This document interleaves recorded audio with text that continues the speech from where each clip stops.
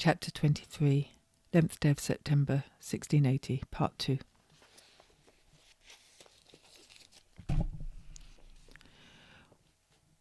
Weston did not like my citing of the law to him. If he were weary of this whole conversation, even if he were somewhat peeved that I claimed the law to do right by me, it was my life, my destiny in question, not his. Mother Destiny did not yet await directions where she might take me. His peevishness asserted, "It is the honour of the bench to repeat what you say when you ask to put off your trial, so you can find witnesses. And when the court asked if you would prove someone else wrote the book, you renounced that and admitted to having written it yourself." He took himself so seriously, I could not resist cheeking him. I smiled sweet as honey, and said, "But I hope that is no evidence." He puffed out his chest like a cock for a fight. "It was spoken openly in the court. Everybody heard it." There was no point continuing in this vein, since he was not at all susceptible to a woman's charms. So I only said, "I am only surprised it is allowed. I have no witnesses." Cross, Weston dogged the answer to his question. "It was easy to pretend you wanted witnesses, but I ask again, for what purpose would you have them called?" I did not wish to anger the examiner further, if it may hinder my case, so I turned to Attorney General. "Mr. Attorney General, my lord, I hope you will please remember, he swore I said only it was mine, not that I was the author." Then the Attorney General interrupted, equally exasperated. "If you sold it, that is a publishing in law, and is within the indictment." Even then I did not clam my mouth shut. "But he did not say I wrote it." Weston came to the end of his tether then, and interjected, "Do not be so sure of that, Mrs. Cellier. He said that after he had asked you, 'Is this your book?' You said, 'Yes, it is my book,' and if I had been aware, I could have put a great deal more in it than I have done." "But I did not say I wrote it." If I had already lost, it was not for me to admit it. None had told me the very selling of the book was proof of publishing. Too many hours in Newgate I had practised proving how I had not written the book. My very stubbornness would not have me let it go now, though it might be my downfall. And surely it would be. Then Penny spoke.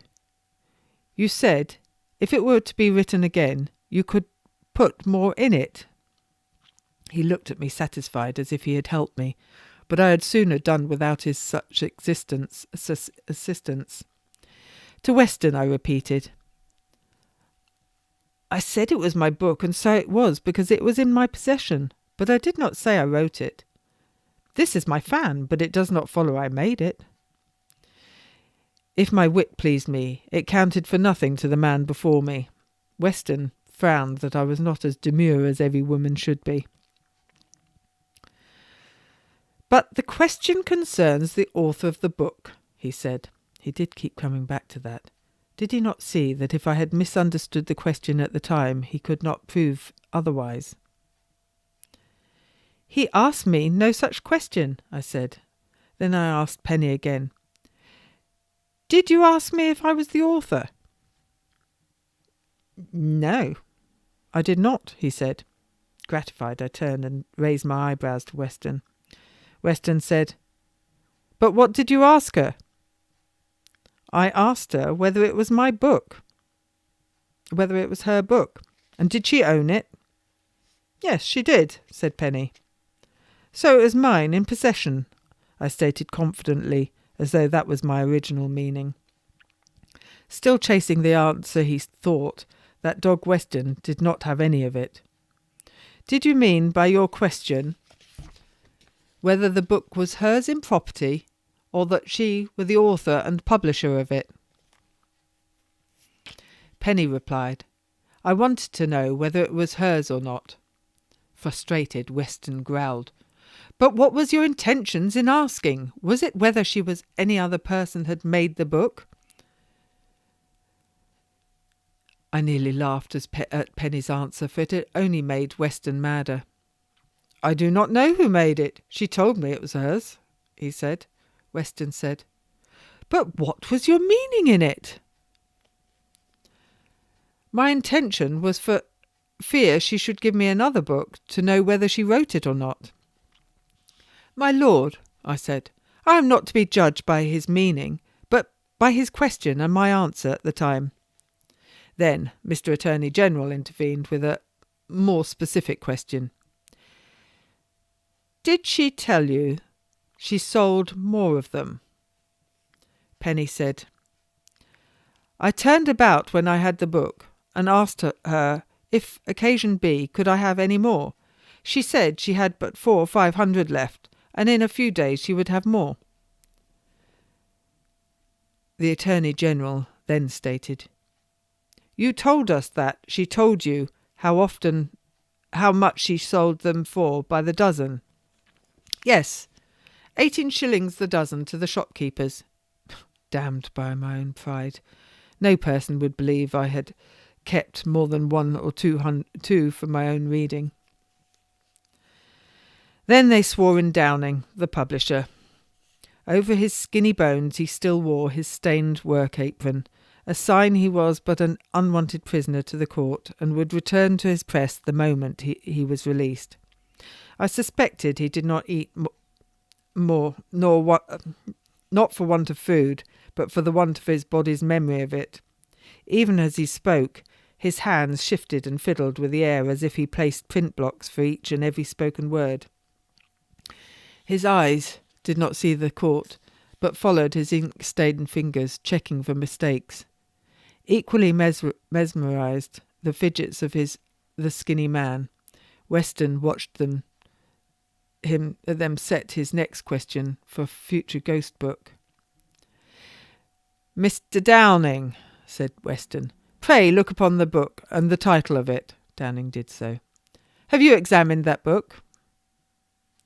Mr. Downing looked briefly at my book, then recorded his answer with his fingers. Sir, I printed part of it. But have you examined that very pamphlet? Said Weston. Yes, I know it well. Did you print part of it? Yes, I did, muttered Downing's fingers. Who bought it you to be printed? Mrs. Cellier. She herself? Weston dragged his eyes from Downing's hands and marked the answer by raising eyebrows to several persons in the jury and the judges. But Downing's talking fingers pulled them back as he went on.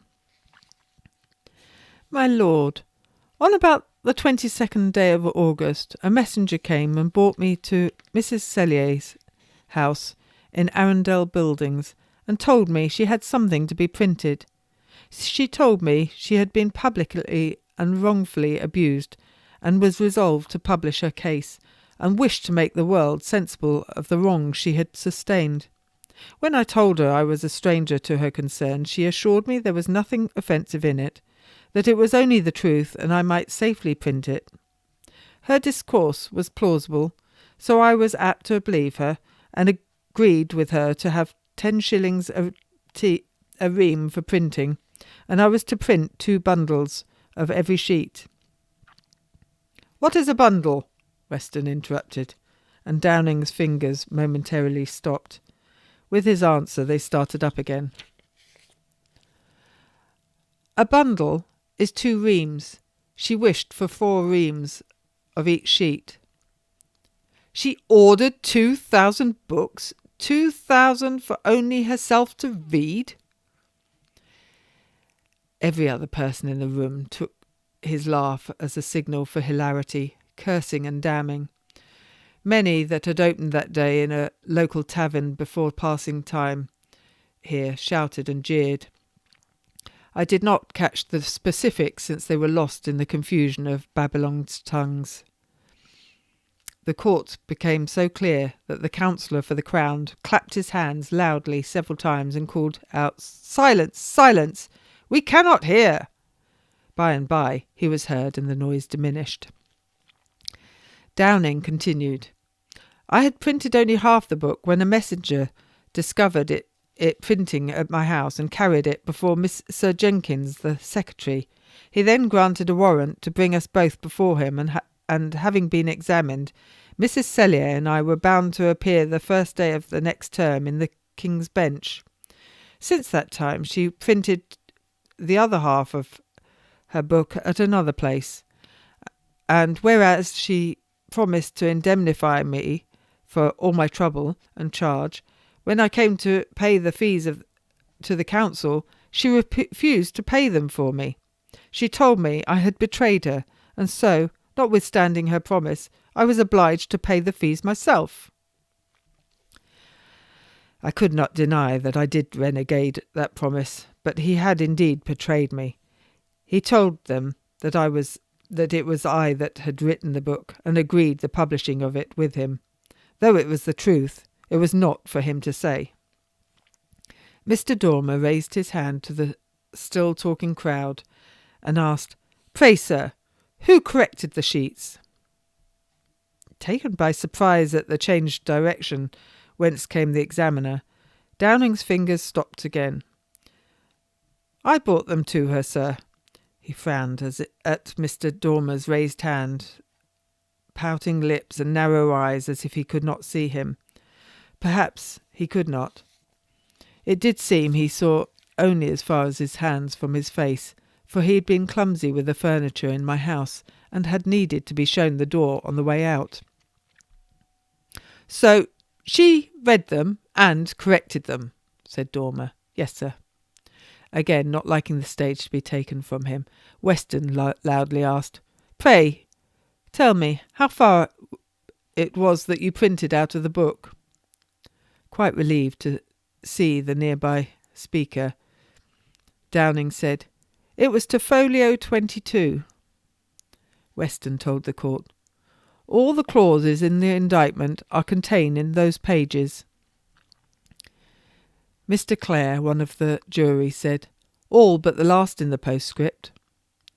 Weston took no notice of the man and continued, "Have you read the book since?" Downing nodded. "So far, my lord, as I did print."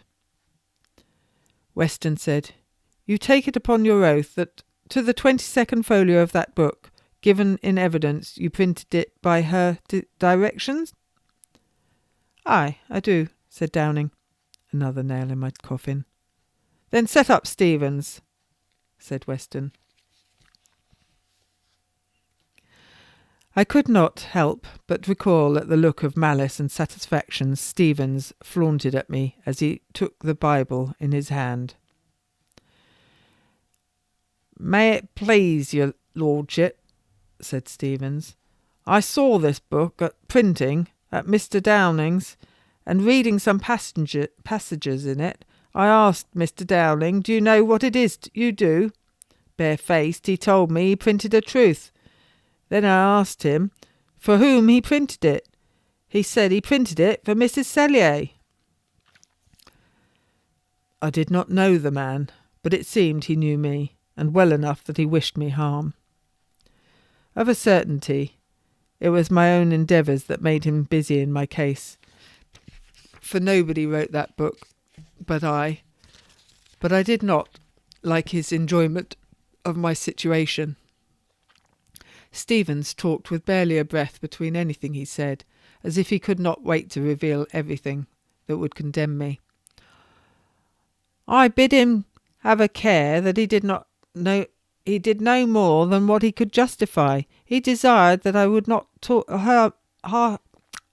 hurt him, and I had loath to do the poor man wrong, but away I went to the secretary. It was he, then, the messenger for the press responsible for me being in jail. Without a doubt, it was certain he had set me up to catch me out. But before I did, I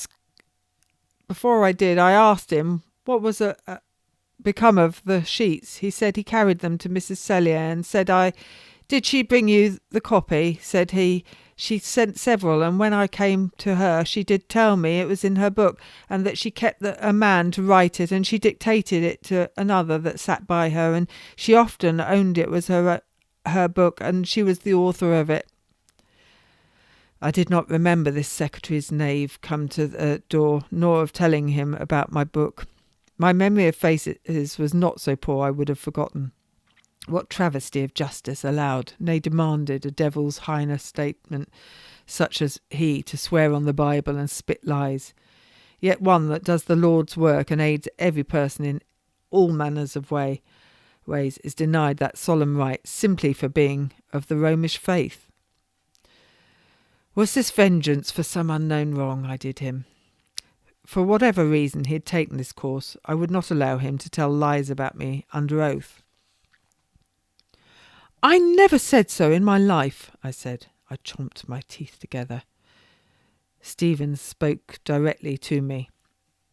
"Mrs. Cellier, by the same token as when you sent for the bail and you had occasion to write a note, I saw you write it, and I said to you, I now find 'tis not your handwriting, for there is a difference between the notes and the pages of the book." Still looking at me, Stevens spoke to others in the court. Says she, "I know that well enough, but I keep a man by the name of Grange in the house to write, and I am very early every morning preparing and dictating it to him for the press.